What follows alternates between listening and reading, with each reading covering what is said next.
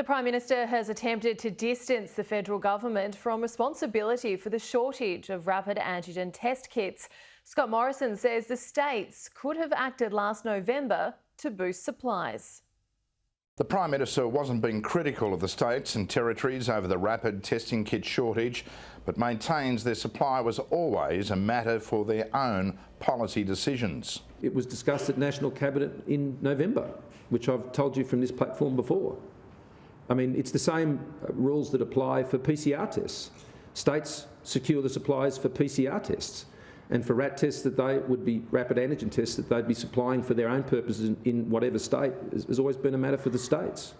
So there was no confusion. He had a similar answer for where the responsibility lies for monitoring community transmission, now that the rapid testing results won't be feeding into a database of case numbers. Case numbers will be underestimated in Australia because we know that people are self-managing in many instances. Mr Morrison confirmed National Cabinet had prioritised the health of those in the essential workforce. What our job is to do, together with the states and territories, is ensure that in those critical sectors, and you've mentioned quite a few of them, right at the moment we're very focused on distribution, obviously the health workforce, the aged care workforce, the disability workforce, but we're also very focused on distribution centres for food distribution, food production and transport. Unscrupulous retailers have been accused of hiking the price of rapid antigen tests by as much as 400% to take advantage of the severe shortage.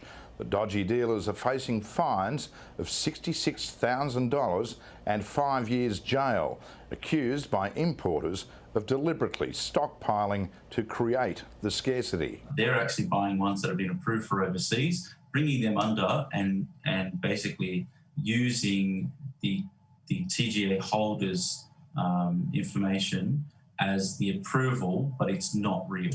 In the meantime, it's reputable retailers wearing the heat, including angry pharmacists caught by complete surprise when the government suddenly switched from a policy of PCR tests to the on-the-spot do-it-yourself alternative. When you're not given any notice that you're going to transition from PCR to rapid antigen, every importer I know is chartering every aircraft they can get their hand on, and air freight is expensive, and every transport company is being engaged on every public holiday. So, we've seen prices per test jump by about $10 per test in just 4 weeks, but that's going to settle down. The Australian Border Force has been investigating the illegal distribution of unauthorised rapid testing kits from black marketeers advertising on Chinese social media platforms.